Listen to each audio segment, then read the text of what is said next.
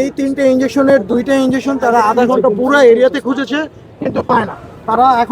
তারা বলতেছে যে স্পেসিফিক কোনো একটা কোম্পানির ওষুধ লিখে দেওয়ার কারণে ওরা সেটা পাচ্ছে না। তার মধ্যে আমি দেখলাম আমাদের ছেলেদের হাতে ওদের একটা রুলার আছে, যেটা ওই যে ইউজুয়ালি প্রেসক্রিপশনের উপরে থাকে, এই রুলারটা নিয়ে নাকি ওরা আক্রমণ করতে আসছে। এটা হলো আমাদের ছেলেদের বক্তব্য।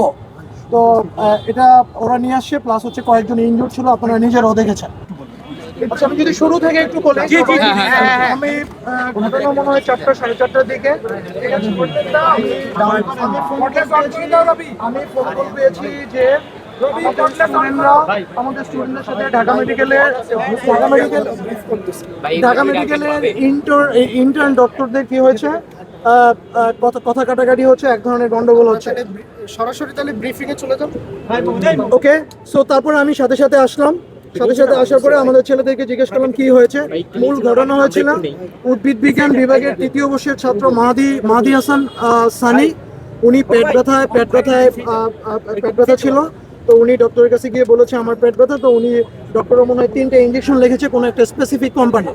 তো আমাদের ছাত্রদের বক্তব্য হচ্ছে এই 3টে ইঞ্জেকশনের 2টা ইঞ্জেকশন তারা আধা ঘন্টা পুরো এরিয়াতে খুঁজেছে, কিন্তু পায় না।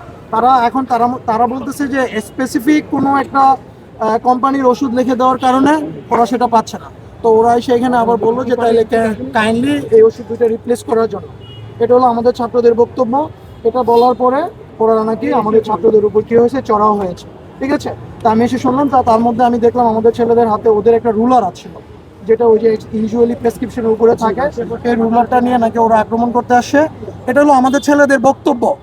তো এটা ওরা নিয়ে আসছে, প্লাস হচ্ছে কয়েকজন ইনজুর্ড ছিল, আপনারা নিজেরাও দেখেছেন। ঠিক আছে, এখনো মনে হয় আনট্রিটেড অবস্থায় আছে। তো তারপরে এই বক্তব্যটা ভেরিফাই করার জন্য আমি ভিতরে গেলাম। তখন এই ইমার্জেন্সি গেট বন্ধ ছিল, ইমার্জেন্সি গেটটা তখন বন্ধ ছিল। তো আমি ওদের সাথে পরিচয় দেওয়ার পরে আমরা ভিতরে বসলাম। যাদের সাথে ঘটনা ঘটেছে তারা আমাকে বললো যে প্রথম পার্টটা ঠিক আছে, যে ইঞ্জেকশন লিখে দিয়েছে ওরা খুঁজছে। তা আমাদের ছেলেরা নাকি প্রথমেই গিয়ে বলছে তুই তো গাড়ি করে কি ইঞ্জেকশন লিখে দিছ, আধা ঘন্টা ধরে খুঁজে পাই না। তো এটার কারণে ওরা খুব হিউমিলিয়েটেড হয়েছে।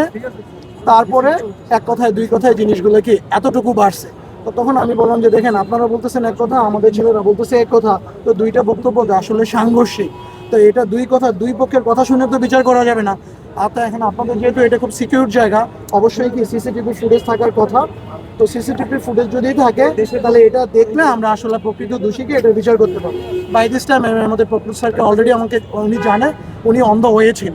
তো তার মধ্যে যেটা হয়েছে, আমাদের ছেলেরা কিছুটা এক্সাইটেড ছিল, ওরাও এক্সাইটেড ছিল। তারপরে আপনার এই গেট, দুই পক্ষই গেট ধরাধরি করে কি করছে, ভাঙার চেষ্টা করছে। ওরাও মারার চেষ্টা করতেছিল, আমাদের ছেলেরাও ঢুকার চেষ্টা করতেছিল, যেটা আসলে কন্ট্রোলের বাইরে চলে গেছে।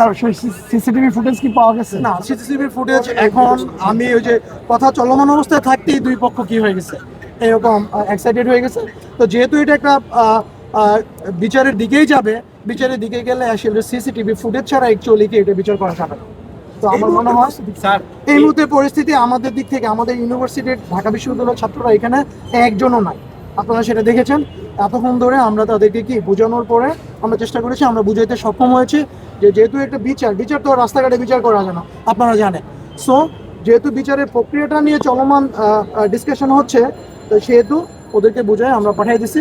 এখন আমি ভিতরে জানি না যে ডক্টরদের কি অবস্থা, এটা আমি জানি। কারণ আপনারা দেখতেছেন আমি কিন্তু আমাদের ছেলেদের নিয়ে হচ্ছে এখানে অনেক মানুষ আছে, যেহেতু জরুরি একটা গুরুত্বপূর্ণ একটা হসপিটাল, এটা এখানে বাইরে অনেক মানুষ এখন অপেক্ষা করছে, তারা চিকিৎসা নিতে পারছে। জি, এই যে একটি ঘটনা ঘটলো, এর দায়ভার কে নিবে? একটা কোনো তদন্ত কমিটি হয়েছে কিনা, বা এটা খুবই দুঃখজনক। এখন দায়ভার খেয়ে নেবে এটা আসলে বলা মুশকিল। কিন্তু এটা আমাদের ছেলেরা যেহেতু চলে গেছে, আমাদের ছেলেরা কিন্তু এই রোডটা ব্লক করে নেয়, ওরা এদিকে দাঁড়িয়ে ছিল। সম্ভবত আমার যতটুকু ধারণা ওদিকে পিছনে একটা অল্টারনেটিভ রোড আছে, খুব ইমার্জেন্সি পেশেন্ট ওদিক দিয়ে কি করছে, অ্যাক্সেস করছে।